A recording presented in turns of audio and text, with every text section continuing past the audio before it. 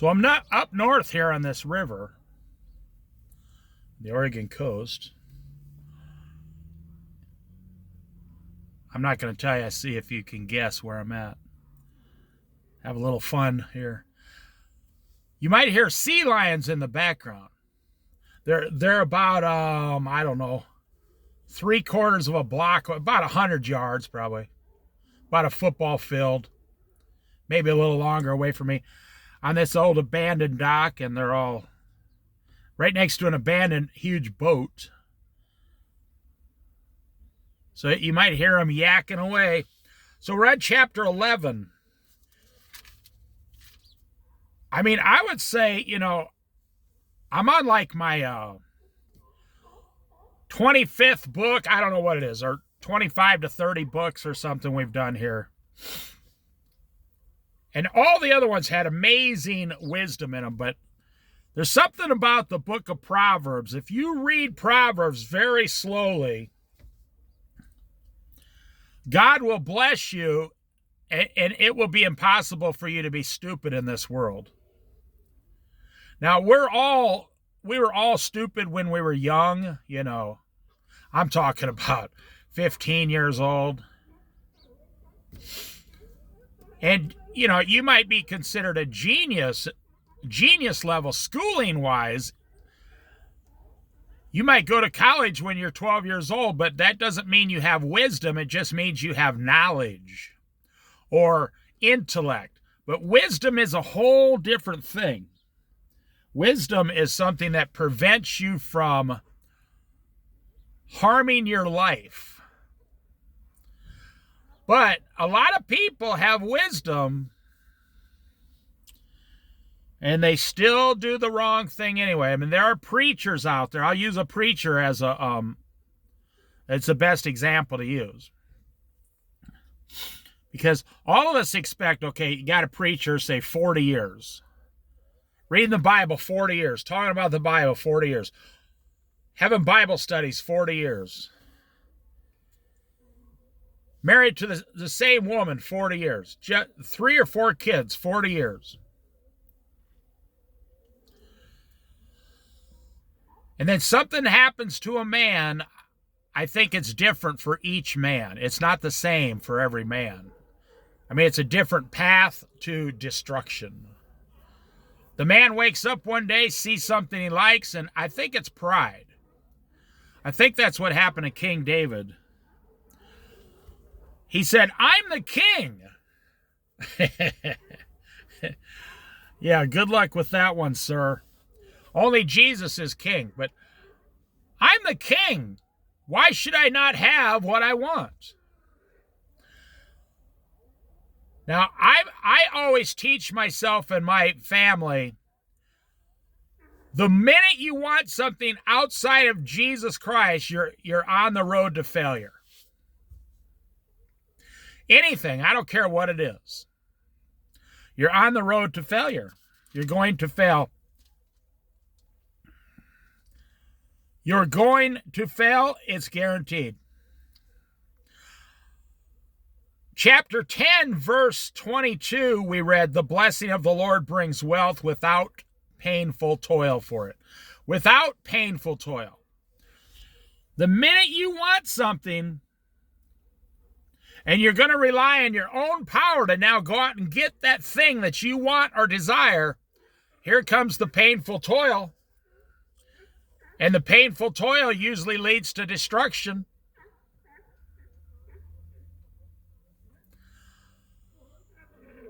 But if you're following the Lord, you say, well, how do you get stuff then?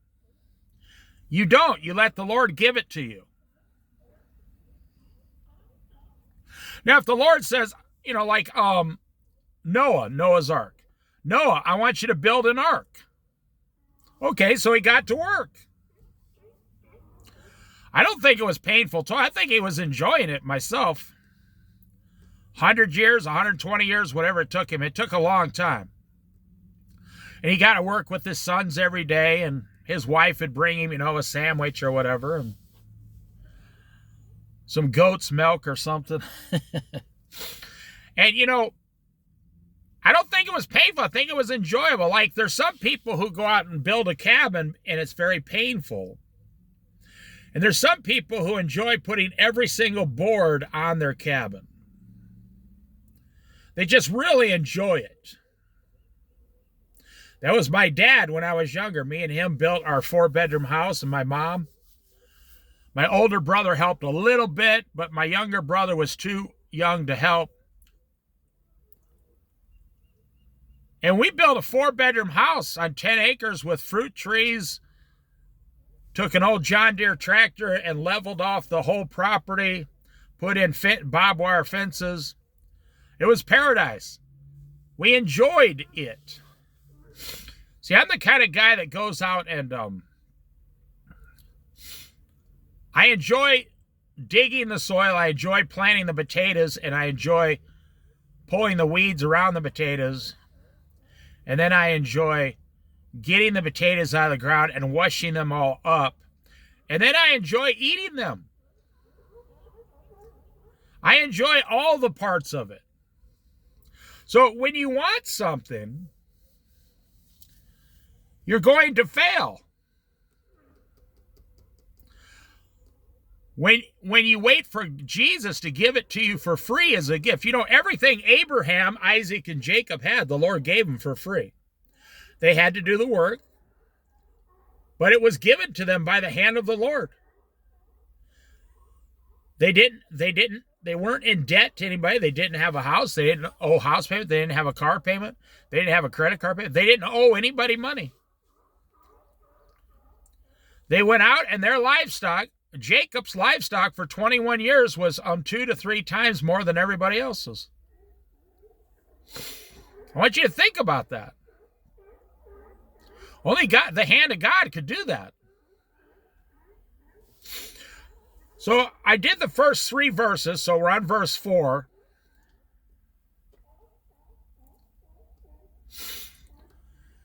And it was an amazing Bible study with these 3 verses.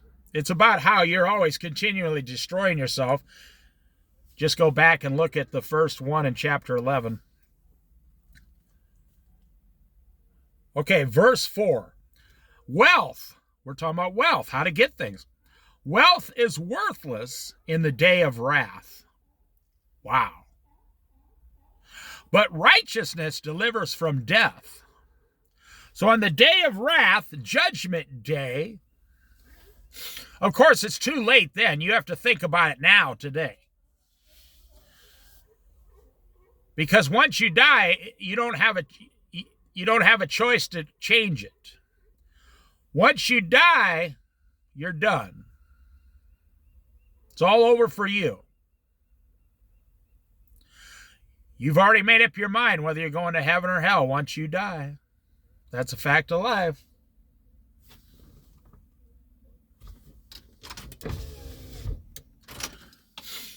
So, wealth is worthless in the day of wrath. Boy, I tell you, this is the saddest thing I've ever seen in my lifetime. The number one most saddest thing. Number one saddest thing I've ever seen. I'm 62 years old, and I have 6 decades of experience on this planet. And I'm here to tell you this was the number one saddest thing I've ever seen. And it's in the Bible.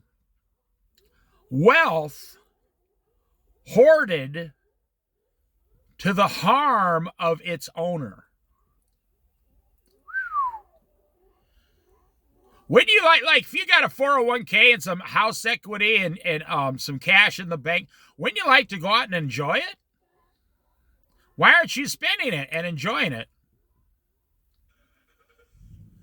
That's a damn good question. How come you're not spending it on yourself and saying, praise the Lord, He gave me something to enjoy? Why aren't you doing that? Because in America, we are scared to death that we're going to run out of money, so we never stop working and we never stop hoarding, collecting money. You've seen that show Hoarders. Now, I'm being serious. Imagine, people who collect things, they can't get rid of them. Imagine, imagine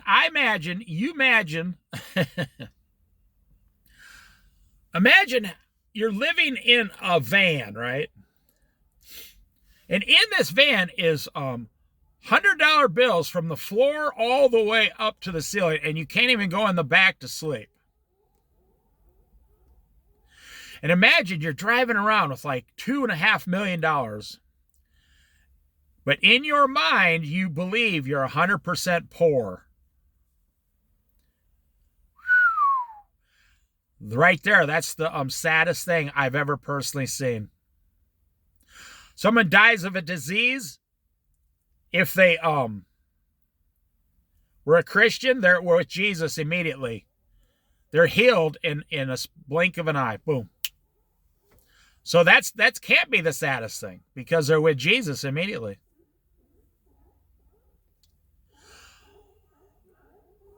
You do your best, everything. Your wife leaves you, whatever. Your wife passes away. Your husband passes away. If you were doing what Jesus wanted, he might give you a new spouse, a better one, that believes in Jesus. Now, I've seen that happen too. I've known people married like 15 to 18 years. And the one spouse was a devoted Christian every day, and the other one didn't believe there was even a God. And they made a mistake getting married. And it was the woman was the one who believed, and the man wanted nothing to do with it, just like the Bible says. And finally, her husband left her.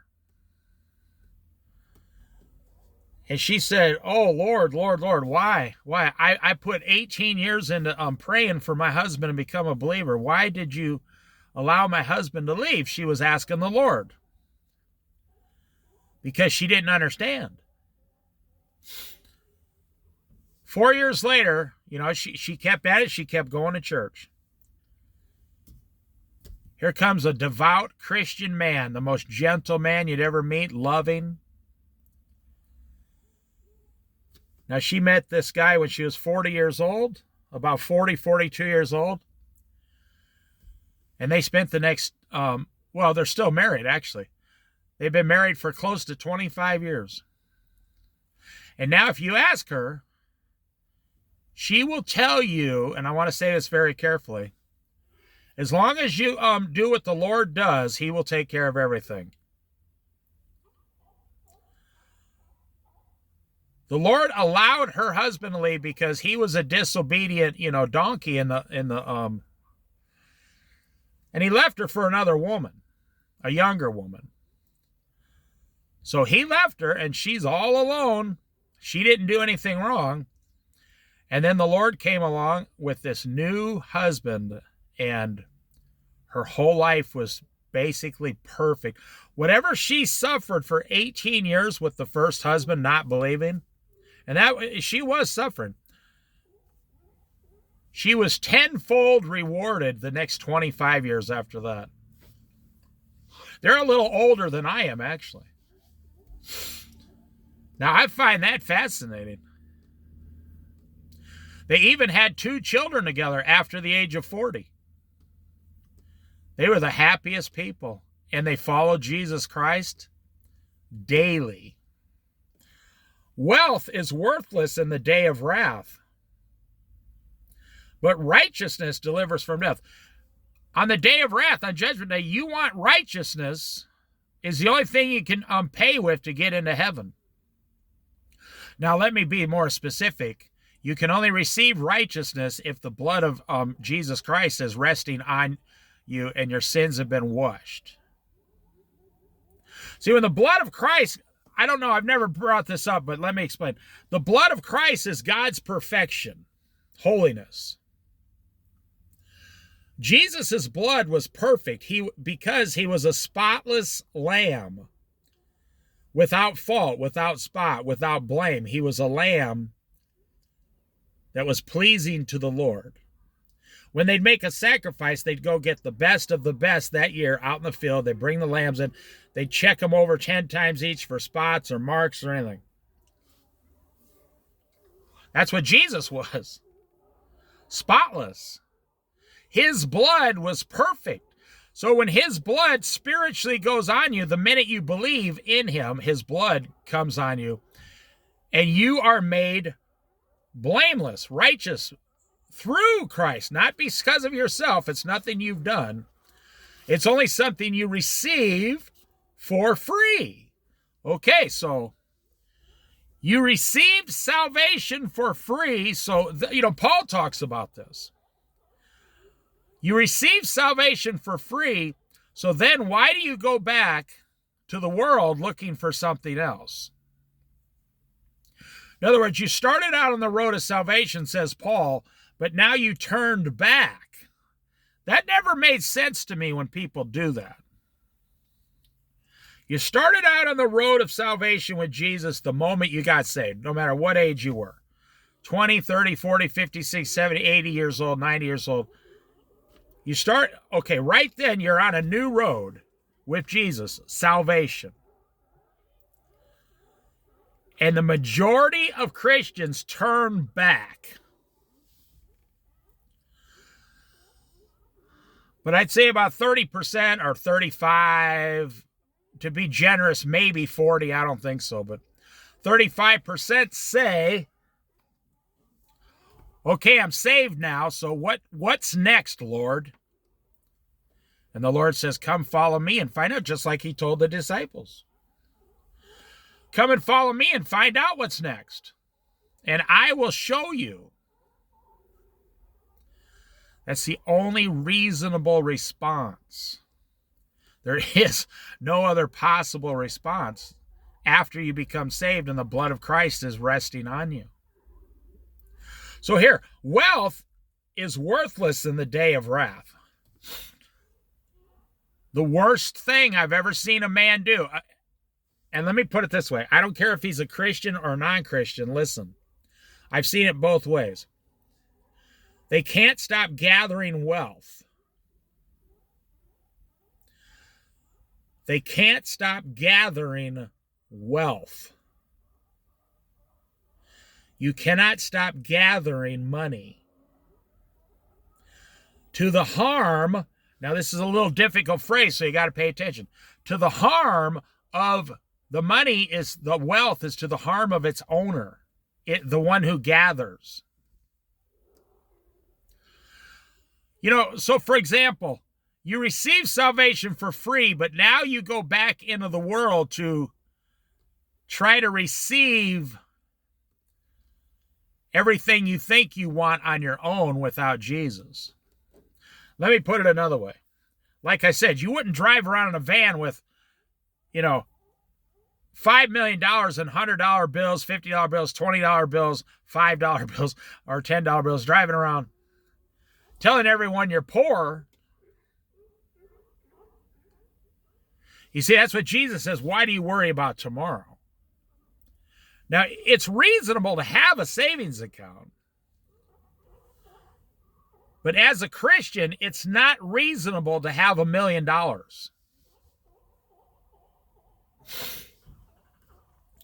Because that only proves you're relying on the money. You are not relying upon Christ. You are relying on the money. You are not relying upon Jesus Christ to care for all your needs in the future.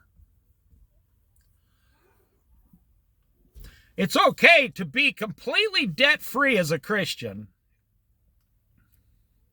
It's okay to own a house if you're debt-free. It's okay to raise your children. I would say as a Christian, it's okay to have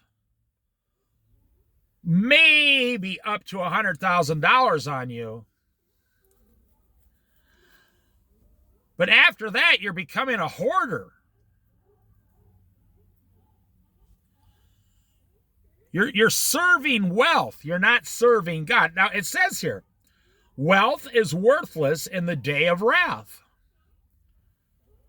Now, I said it doesn't matter if you're a Christian or non-Christian, but I will add this. if you are a Christian, it just makes it that much more worse. I can think of half a dozen Christians right now that I personally have known throughout my life. Christians, men, and they were all multimillionaires. Some of them offered me, a piece of the pie if I would, come work for them. Or I was in an interview once with a millionaire. I was applying for a job as a dishwasher. Because that's the kind of jobs I like to get, because it's low key, it's low stress, and it pays almost the exact same as everybody else. And because I know what to do with money, I live on less than I make, so it doesn't matter. I'm happy anyway. Content. So the millionaire's like, he wanted me to be a temporary manager.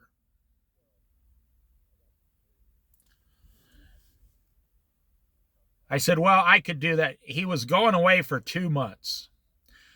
And because of my previous experience, he wanted me to take over the restaurant for 2 months. Now, he's never allowed anybody else to do that. It was really freaking him out.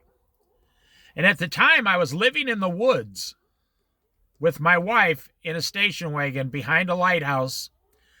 And I was enjoying every single minute of life, boy. Oh, man. Thought, man, God put me in the woods. I'm living in the woods. And I told myself, I might stay out here for 5 years and just work washing dishes. He said, I can't give you the job if you're living in the woods. I said, I've been working for you for 2 months. You don't trust me? He said, listen, buddy, do you need some money to get an apartment? I said, no, I have money. He goes, how much do you need?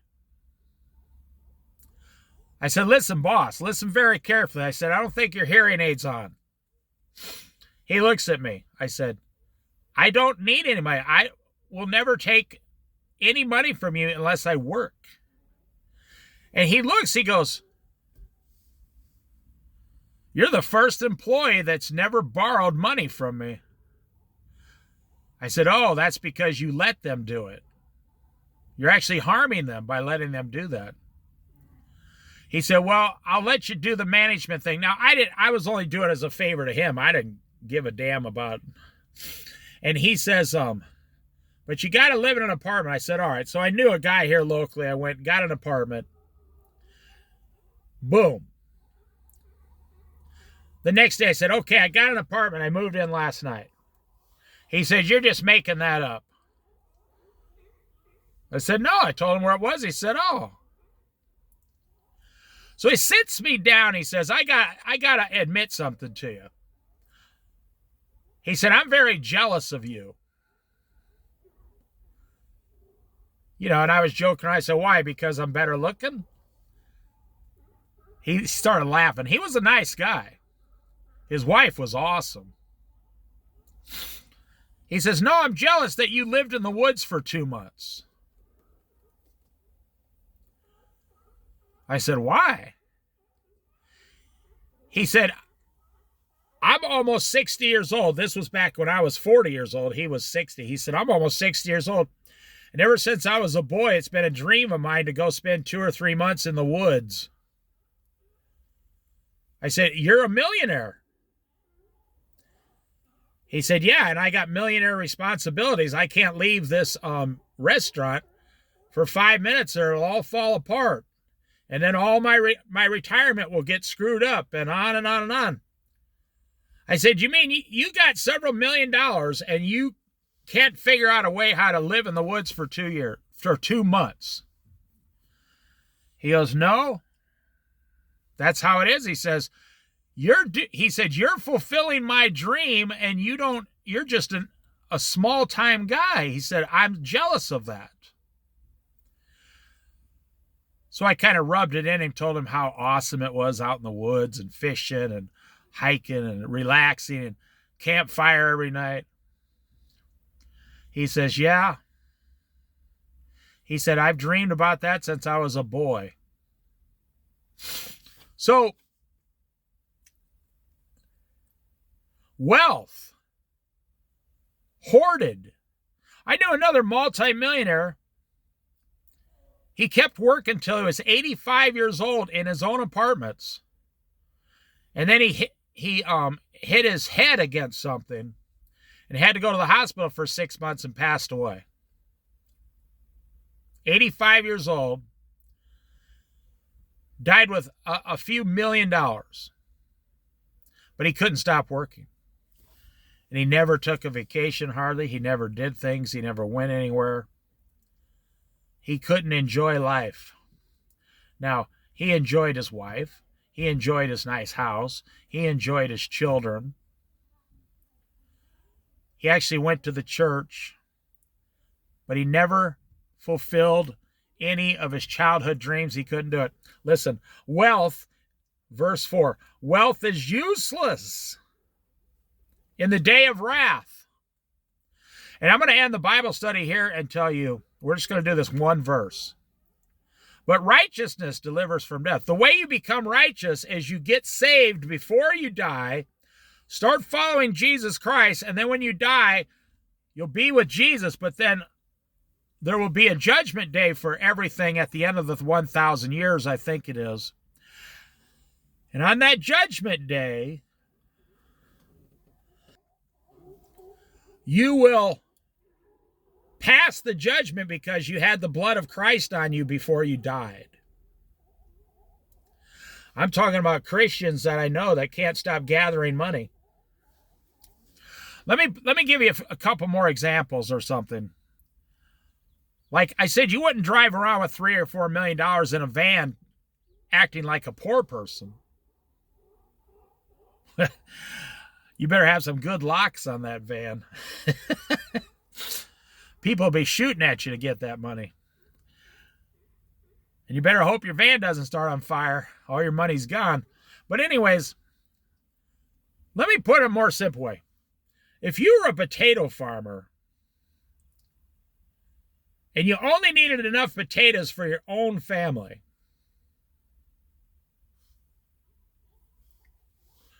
and you didn't sell the potatoes, how many potatoes could you and your family eat as, living out in the woods or, on a farm somewhere?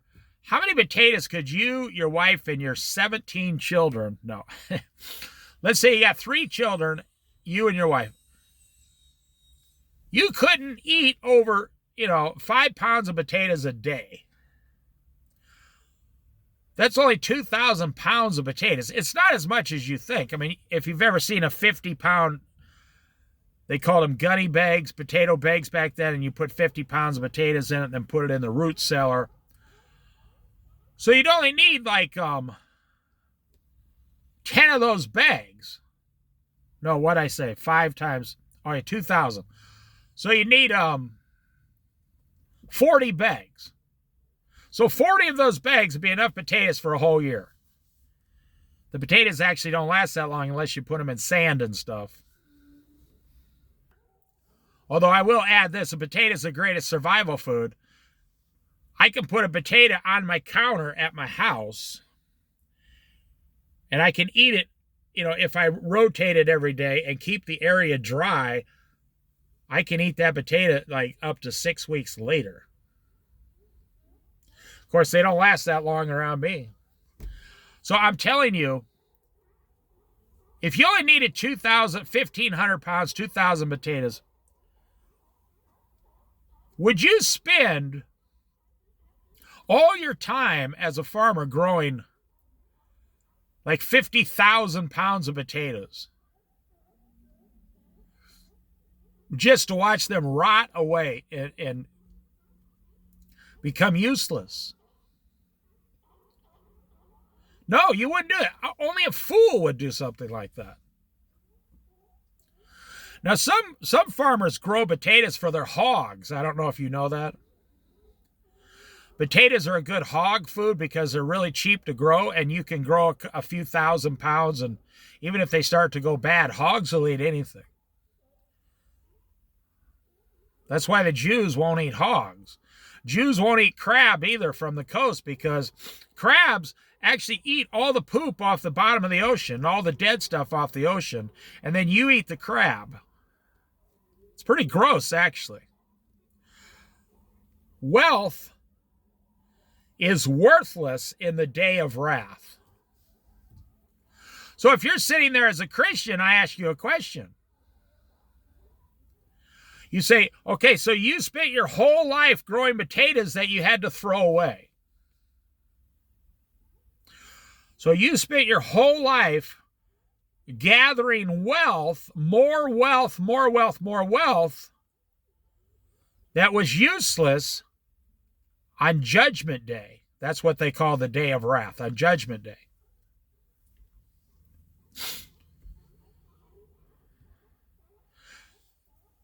See, these guys I'm thinking about, they were Christians, but, well, the guy I worked for, then he moved. Now, remember, this was 18 years ago. Then he moved to a $400,000 house, which now is worth over $1 million, next to a golf course so he could play golf the rest of his life. And when he retired, I said, I thought you wanted to go out in the woods, not play golf. He goes, well, I do love golf, and I gotta. Here's the truth. He loved wealth more than he loved his dreams. You listen to what I'm saying. I'm going to end right here. This is extremely profound. Some of you have never thought about it. You love money more than you love fulfilling your dreams.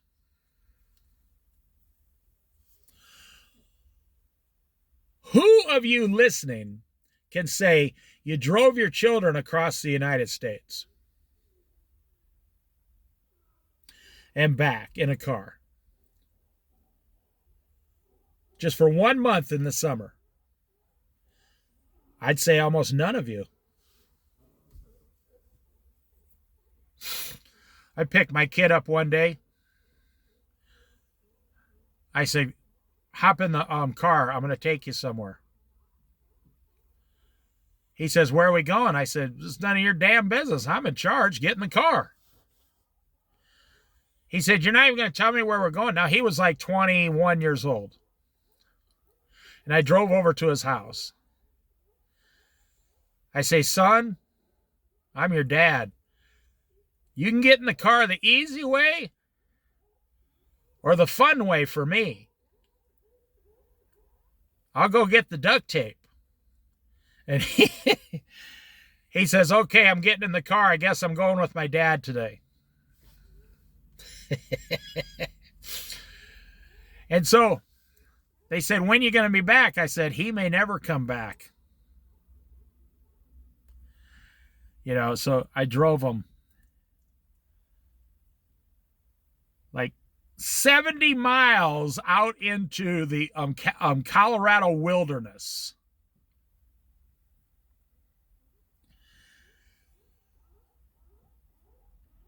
He says, hey, this is really cool. I'm glad you brought me out here. We're like 15 miles down a dirt road that nobody goes on.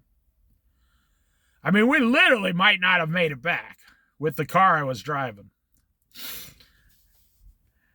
And so, you know, you just trust in Jesus. I'm sure Jesus was enjoying it, watching a father-son there. And I said, all right, I want you to take everything out of your pockets. And there was these ducks in the middle of this Colorado stream standing on a log. I said, I want to see if you can go under the water and swim under the water. The water was only like 4 foot deep. And crawl under the water up there and catch one of those ducks for if you had to survive for dinner. This is a true story. He looks at me and goes, you want me to what? And he doesn't even know how to swim. And so I says, come on. That's what we come out here for. We're going to test you a whole bunch of different ways. It's going to be fun. So he was young enough. See, he was still young enough. He says, you know what? I'm up for that challenge. I want to see if I can do it. I'm telling you, I got to give him credit. He got within 2 or 3 feet of those ducks. It was only because one duck turned around and looked in the water and went, wow, wow, and they all started taking off. And he stands up out of the water like Rambo, with all the water and everything coming off him. And he looks over at me, he goes, I almost got the duck, Paw. So I'm telling you, that's what God wants you to do in life. He doesn't want you to he wants you to take your kid and say, hey, we're going to drive across the state today. And they go, what for? And you say, I have no idea. We'll just see what we get. Let's go, let's drive across Oregon. Let's drive across Alabama. Let's drive across Iowa. Whatever it is, just take your kids and say, we're just going to go on a road trip and drive around and enjoy life. Tell them, bring their camera so they can take some good photos. If they don't have a camera, go down and buy them one for $300 and tell them, start learning photography. And they will say, look at these guys on this fishing boat here.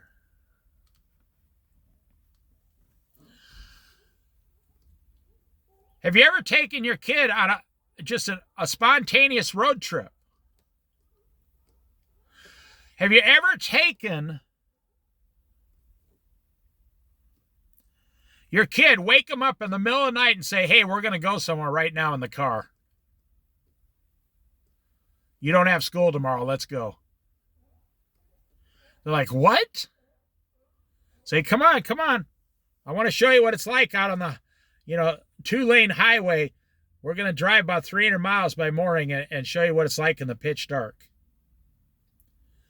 God gave you those children to do things with.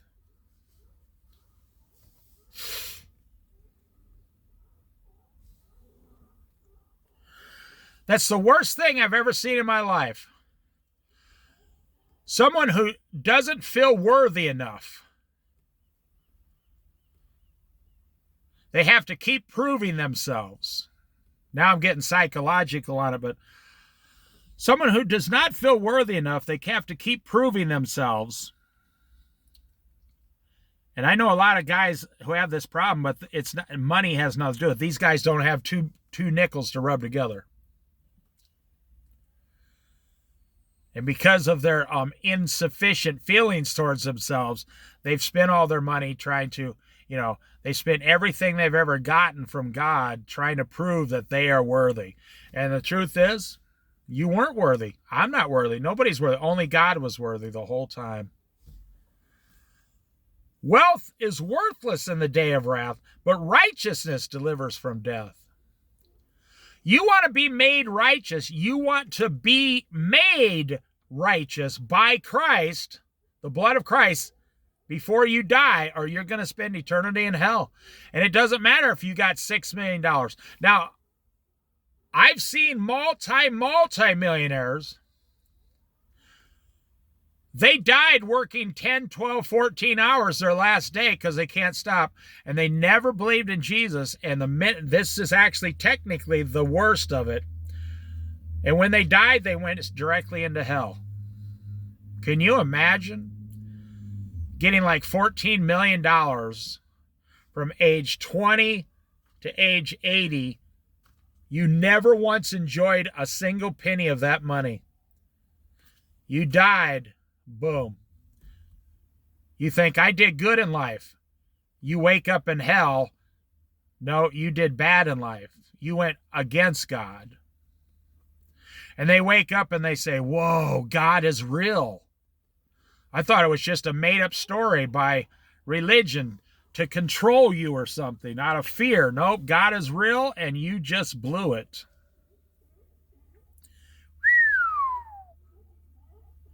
So wealth is worthless in the day of wrath, but righteousness delivers from death. And I told you how to be made righteous, but I'm going to say once again, I'm going to quit. The worst thing I've ever seen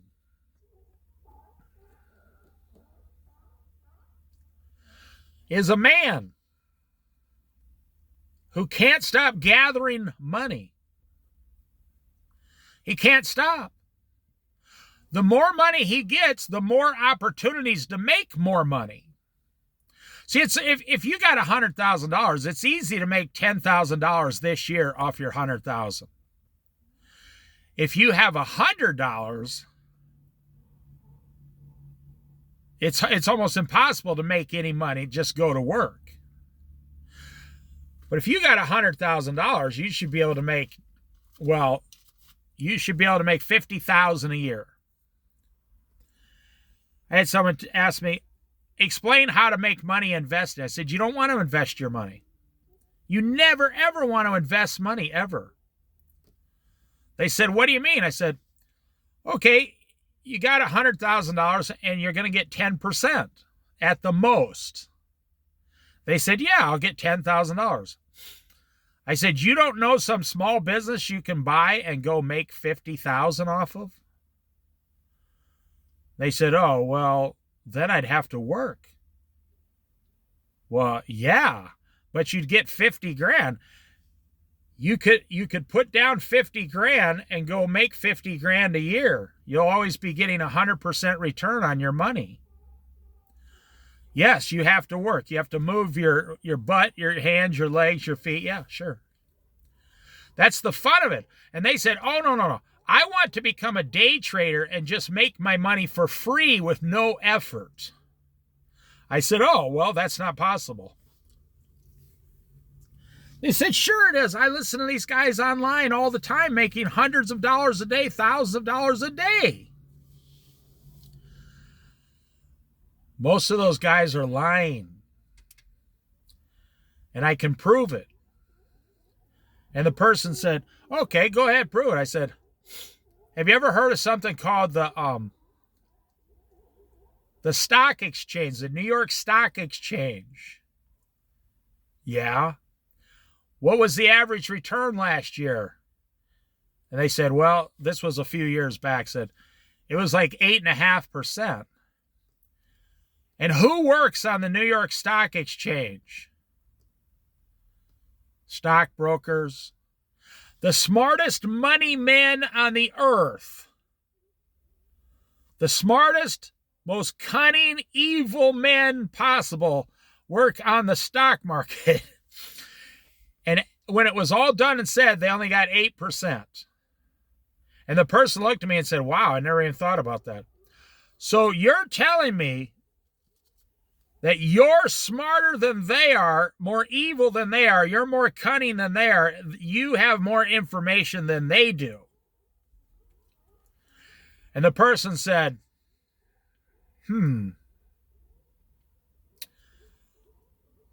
I never thought about it.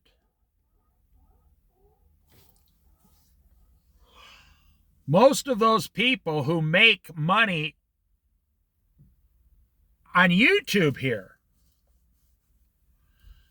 they sell a newsletter. I'm not making this up.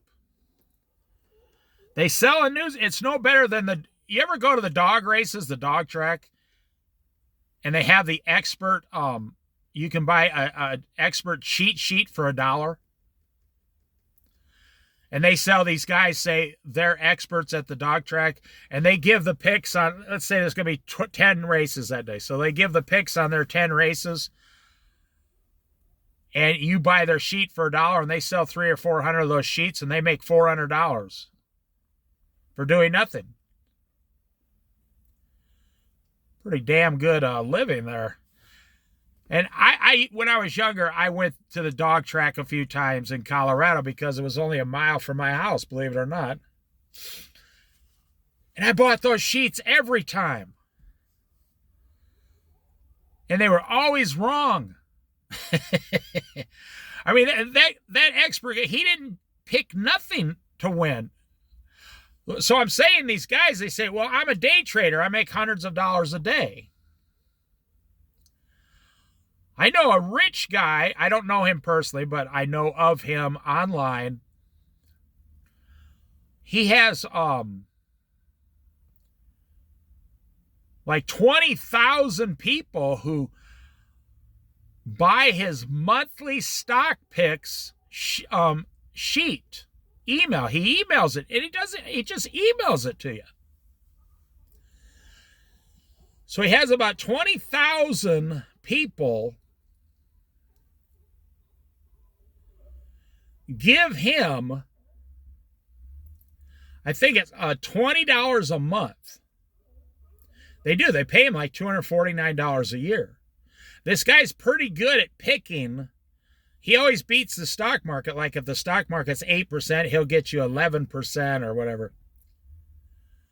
But he has 20,000 people giving him $300 a year, $600,000 selling his stock picks. He makes $500,000 a year selling information, which is all legal. You see, that's how a lot of these guys make their money. Or these people, these young girls on TikTok or Instagram or whatever it is, they'll get like 250,000 followers. And some deodorant company or tennis shoe company or some trail bar company, nutrition bar, whatever, they'll say, we'll give you $6,000 to make an ad about our nutrition bar. That's how they make their money. Some 20-year-old girl just got paid $6,000 for a 45-second video she made. And if you can get 20 or 30 of those a year, what's 6,000 times 30? $180,000 a year. They no longer need YouTube to pay them or Instagram or Twitter. They don't need any of that money. They get more money than Mr. Beast. Sure, he gets millions from YouTube, probably. He gets multi-millions from corporations wanting to use his image. The reason he's able to give away $1 million now in a contest because someone sponsors that. And they will do that if you can get, 25 million followers. I thank God that I don't have 25 million people follow me around. Oh my goodness gracious. I couldn't imagine. Even Mr. Beast, he talks about how there's absolutely no peace in his life sometimes. He can't even barely go to the bathroom without people following him around. Oprah Winfrey used to talk about that. She used to say that if she used a public restroom, she would have to make sure everything's clean because someone would come in and get one of her pubic hairs and sell it online. Look at Ben Affleck and Jennifer, or J-Lo, that's her name. They're going through a divorce again. Look at how miserable. Everywhere they go, there's, 30 cameras in their face. I mean, they can't even get divorced peacefully. Whether you blame them or not, it doesn't matter. I'm talking about wealth is worthless in the day of wrath. Now, let me go back to my son, and I'm going to end this. My son has never once said to me, how much money do you got?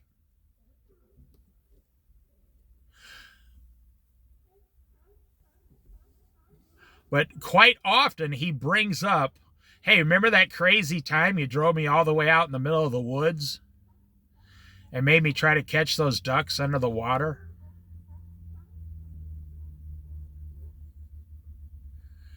Now, he thought it was crazy. I said, well, that's something a Native American Indian could do.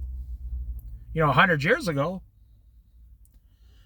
100 years ago, a Native American Indian could have caught those ducks. And my son laughed. He says, yeah, he would have shot it with a bow and arrow, Dad. But, but here's the moral of this story. Wealth is worthless the day you die. Doesn't have to be the day of wrath. Doesn't have to be the day. I can't take my buffalo head nickels to heaven with me. I'm not going to get to heaven and start searching through my pockets going, hey, Lord, where's my buffalo head nickels? No. He'll say, they're back on earth. I hope you enjoyed them while you had them, because we don't have those things up here. You see, if you die and go straight to heaven, wealth is useless. Earthly wealth. If you die and go straight to hell, wealth is worthless. So let me get back to what I said. Why are you gathering so much wealth? And when I say you, I mean the average middle-class American Christian. Why are you trying to gather so much wealth for the day you're going to retire and be completely debt-free and pay everything off and not need any money? And you want to know what I hear all the time? Well, what about my old age? What if I have to go to a nursing home? What if I get sick and have to go to the hospital? Are you serious? You're working 60 years so you can go to the hospital, get sick, and pay the hospital bill? Does that sound like God's plan for anyone's life? You see, something is broken in you. Something is broken in you to where you're saying, I don't trust God to take care of me when I'm older. And you can hoard wealth to the harm of its owner, yourself. You see, if you're on Social Security $1,000 a month, your wife's on Social Security $1,000 a month. Now you get more than that, but that's $2,000 a month. You ought to be able to live and survive and thrive on $2,000 a month when you're retired and everything's paid off. So whatever money you have in the bank just sits there.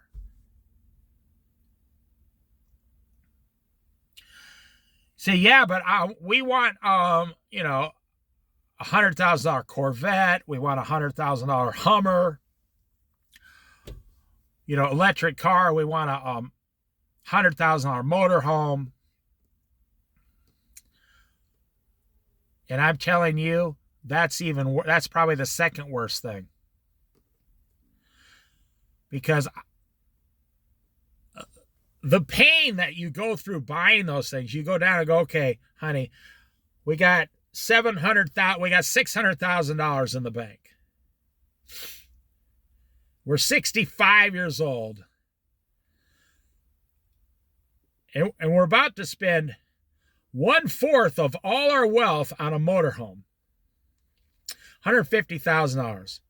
It took us the first 30 years to come up with $150,000, and now we're spending it in one day. That's worse. That's worse. I find it funny. You know how many people, now that's a true story. You know how many famous Hollywood people who are worth tens of millions of dollars? Do you know how many of them try to go out of their way to put on a disguise and walk around like a poor person? So Kevin Bacon, I told you this in another Bible study. Kevin Bacon was in the newspaper about 3 months ago. He said he's never put on a disguise to go out in public. He said, I like who I am. I always go out in public as Kevin Bacon. He said, the movie Footloose, as soon as he made Footloose, he was famous forever. Him and his wife lost like $10 million to Bernie Madoff scam, that scam and stuff that was going on. Then they made a couple movies and recovered it all, but he fell for that. If I had $10 million, I sure wouldn't be giving it to you to invest. No, I would keep it. I have enough. I have $10 million. I'd be giving away $5 million. I have more than enough. But despite that, so he puts on this disguise. He said he went out and he went shopping. He went to the mall. He's walking around by himself. He had a professional makeup artist make him look like a whole different person. And he's walking around. And I love how he responded. He said, being a normal person sucks. He said, people were pushing me around, running into me, knocking me over. He said, when I go out as myself, Kevin Bacon, he said, I usually have a mob of 30, 40, 50 people run up. Oh, we love you. We love you. You're the greatest. And they give me my space. And I got all these people follow me around. And he's been doing that for 30 years. So that's all he knew.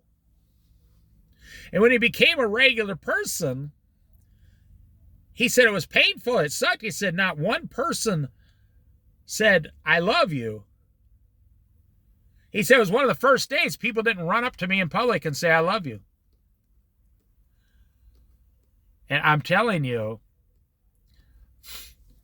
these people who are multi-millionaires, 100 million, 200 million, 500 million, they long to be me sitting here making a video showing these 3 fishing boats on a river on the Oregon coast. A nobody. Nobody gives a damn. Nobody cares. Nobody's going to try to chase me down and get my autograph. So if you know that wealth is worthless, the minute you die,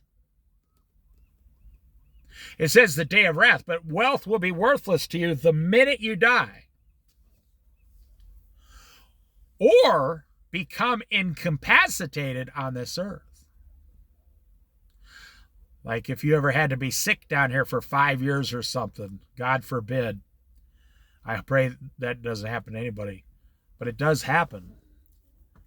Then wealth will be useless to you. You won't be able to enjoy it anyway. And then you go a step further. If you're one of these people that can't stop working, wealth is useless to you right now. So if you say, well, God gave me all this money, that's a lie, because if God gave it to you, he would have put a purpose on the end of it and told you to do what you were supposed to do. No. People can become very wealthy outside of God. People can become extremely wealthy without God's help. Look at that boat back there. Going by back there. Hear those sea lions? See, what would I trade this moment for? What would I trade this moment for?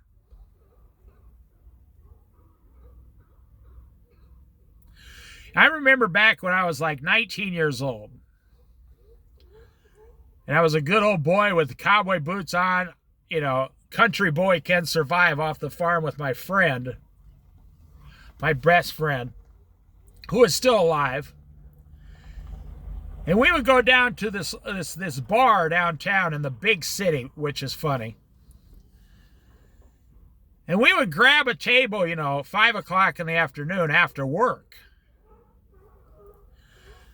And we would buy a pitcher of beer for $1. And it was 4.5 glasses of beer, full large glasses of beer for $1. And we would sit there and drink beer because we were young and dumb. Well, that's a nice boat. I like that guy's boat.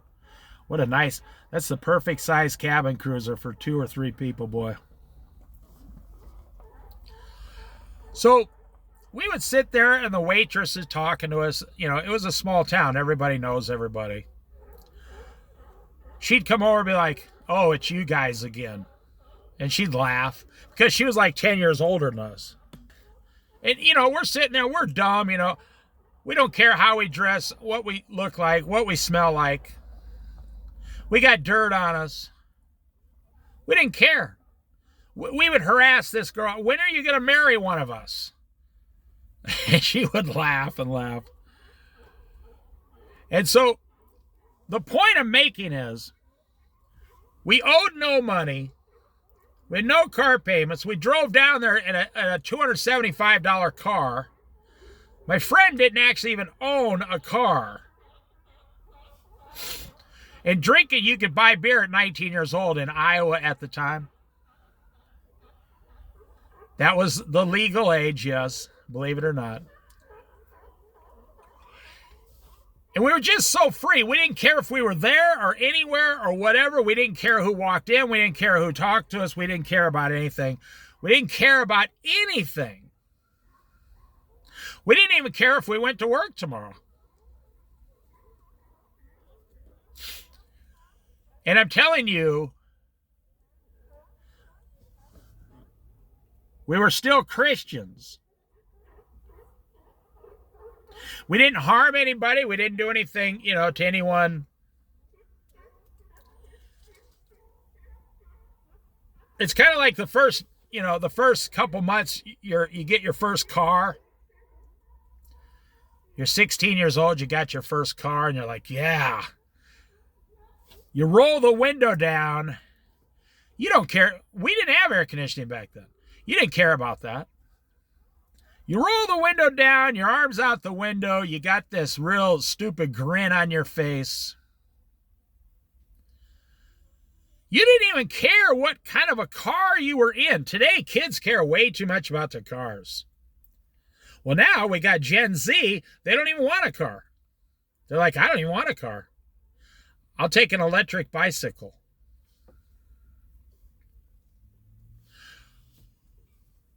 We knew back then, and this is the point I'm making,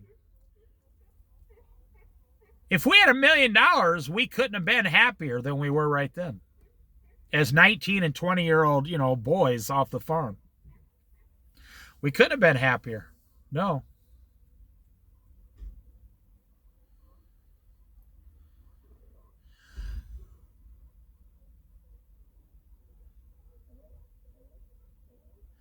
I was driving around with this other guy I knew once. And I offered him a beer, and he was scared to death his grandma would smell beer on him. I said, well, then don't drink it.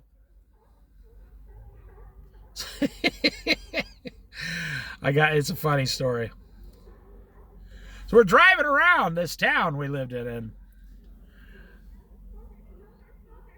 I didn't give him a bottle of beer. I had like a big thing of beer or something. I poured him a glass of beer while we were driving around. Back then, it was a whole different world. You had to live the 1970s to understand. 60s, 70s, and 80s. Well, only till like 84. Then everything changed. And so, but then I was 22. I was married, so everything was fine. And my friend, he spent like an hour. Every sip of beer he took, he was scared to death. My grandma's going to kill me. My grandma's going to kill me. I said, well, then don't drink it. I mean, I'm not trying to force you to drink a beer. I don't care. And right then, a policeman comes up behind us with his lights on. Now, you think that's a big deal back then because you're drinking and driving? Back then, I'm not making this up, it was not a big deal. They would pull you over in excess whether you were drunk or not. They would never arrest you for drunk and driving. You had to be pretty bad off. Sometimes they would, now this never happened to me, but if they thought a person couldn't drive, they would take the keys away and tell them to go get them tomorrow at the police station. Because they didn't want to go through all the paperwork and all this stuff. I'm not making any of this up. Mothers Against Drunk Driving changed everything in this country. Probably for the better. I'll say probably for the better. But my friend, to get back to my friend, the cop pulled up behind us, flashing his lights. And this is like, I don't know, it was like 11 o'clock at night. I go to pull over. My friend panics and tries to throw the glass of beer out the window on his side. Except the window was up, all the way up. And all he basically did, the glass bounced off the window, the 1967, Chevy or whatever I was driving. And all the beer came all the way back in the front of his shirt, all the way down his pants.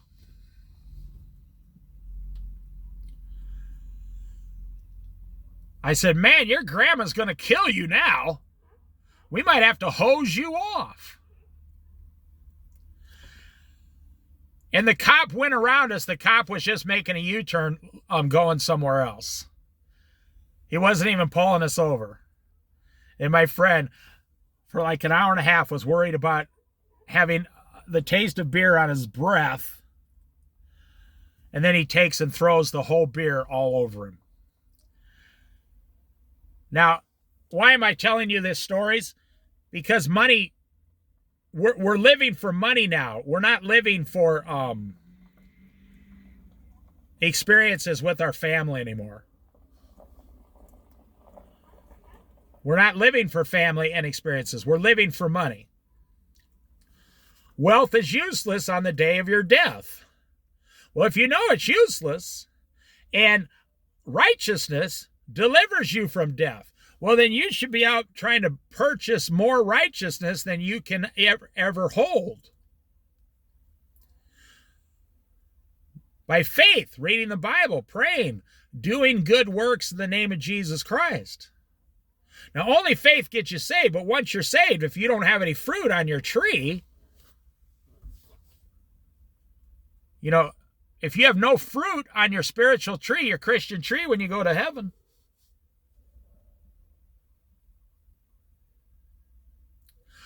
so I'll finish this up. Back then, we took my friend to this little car wash that cost 50 cents back then. The car wash was 2 quarters.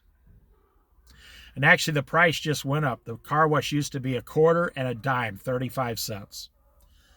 That's how old I am. Oh, and it had a lot of soap and a lot of pressure on the water. It was a great car wash. And so we're down there at 1 o'clock in the morning, and I am actually hosing him off at the car wash, trying to get the beer smell off of his clothes.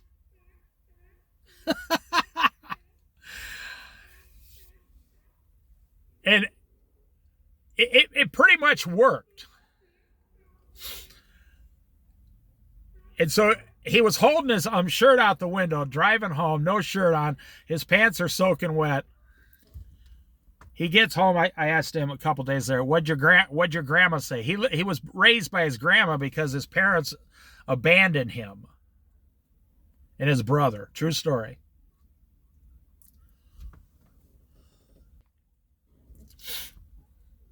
He said, it didn't matter. By the time I got home, my grandma was asleep. So we went through all those problems. Now, I didn't go through any problems, but I was trying to help my friend. It was funny. He says to me, I don't want to go drinking anymore. I said, no problem. If you come with, I won't drink around you. I won't do anything. It was just beer. I mean, beer wasn't even like it is today. Some of this beer today is like 12% alcohol. The beer back then was like 2.1%. It literally was like water. It was like drinking bad tasting, burnt flavored water. That's why when you hear your dad say he used to be able to drink 25 beers, it was like 25 glasses of water. Today, you can't have 3 of those microbrews, 14% alcohol, and knock you on your butt. Now, I'm just telling you a story about how are you raising your children, or are you known in the household, oh, my dad's more worried about his money. Oh, my mom's always working for more money. My parents are always worried about money. What's happening in your household there? So the next day, his grandma woke up and said, "How come your clothes are soaking wet?" So he lied to her. He said, "I fell in some mud last night and I had to rinse them off." She didn't believe him, but she didn't, she just let it go. Figured, She said, "Who are you with?" He said, "I was with Dave." She said, "Oh, okay." And she just figured, that she trusted me enough to bring him home safe and sound. So you used to be 20 years old and completely free. Do you remember that? So I'm going to challenge you here, and I will actually end the video. I know a lot of you out there laugh when I say I'm going to end the video.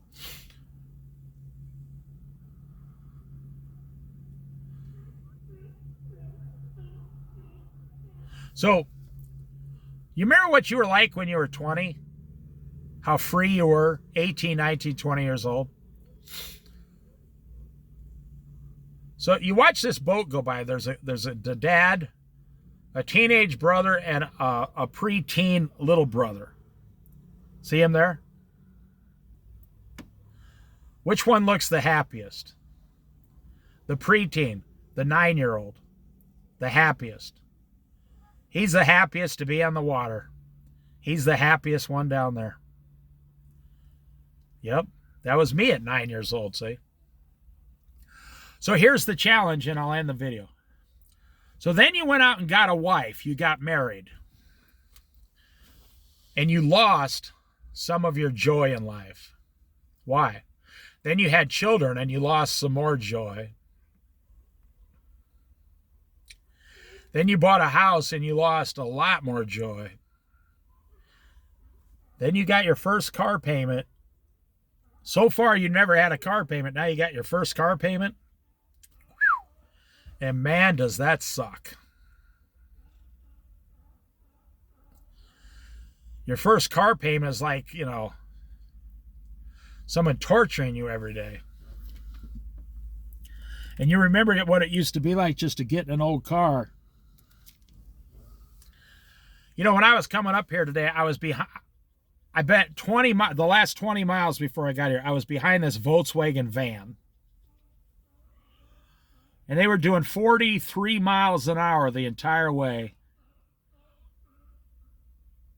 And then there were like 3 cars behind the van, and then me, and then like 35 cars behind me after 20 miles. Because of this Volkswagen van.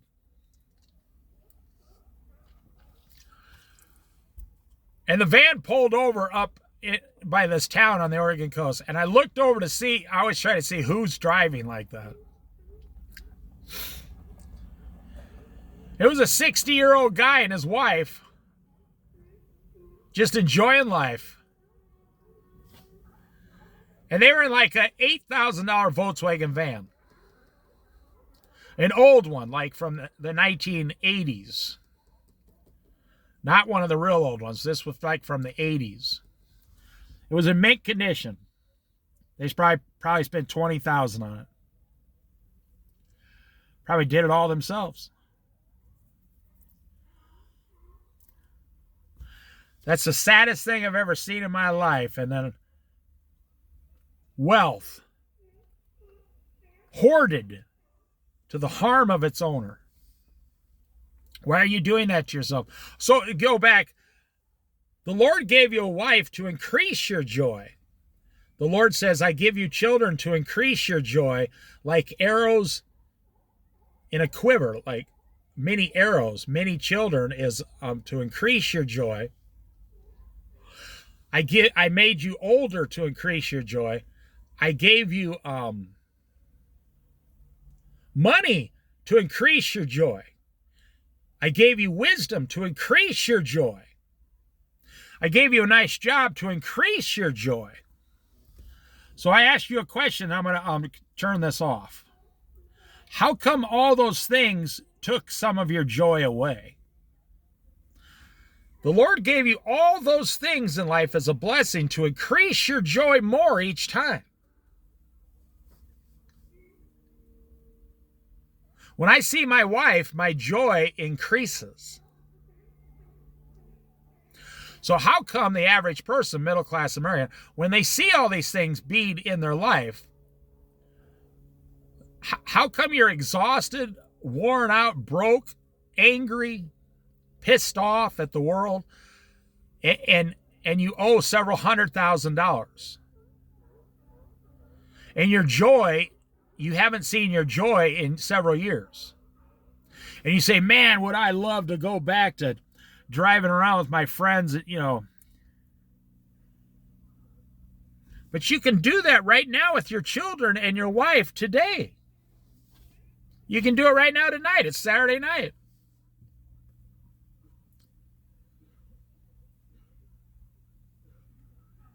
I told you I'd challenge you there.